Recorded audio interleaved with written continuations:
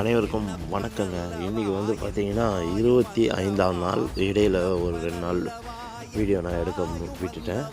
So இன்றைக்கி வந்து 25வது நாள் இல்லையா. இன்றைக்கி நாம் பில்லு மருந்து அடித்தே ஆகணும். பயிரில் பாருங்கள் பில்லுங்க லேசாக வருது. லேசாக என்ன நிறையவே இருக்குது. பட் இருந்தாலும் 25 நாள் கழித்து அடிக்கிறதுக்கான காரணம் என்னென்னு பார்த்தீங்கன்னா, நம்மளுக்கு வந்து நெல் பயிரும் நல்லா பெருசாக வளர்ந்துடும். இப்போ தண்ணி கட்டி இப்போலாம் வந்து பார்த்திங்கன்னா 600 நம்ம ஒரு மருந்து சொல்லுவோம். அந்த மருந்து அடித்தாலே போதும்.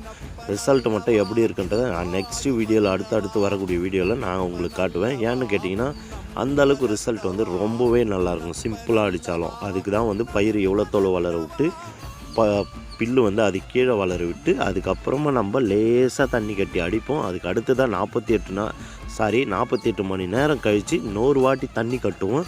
அப்போது வந்து ஃபுல்லாகவே கட்டுவோம். ஃபுல்லாக கட்ட சொல்ல மொத்த இதுவுமே பில்லுங்க போயிடுங்க. வீடியோ பிடிச்சா ஒரு லைக் பண்ணுங்கள். தேங்க்யூ.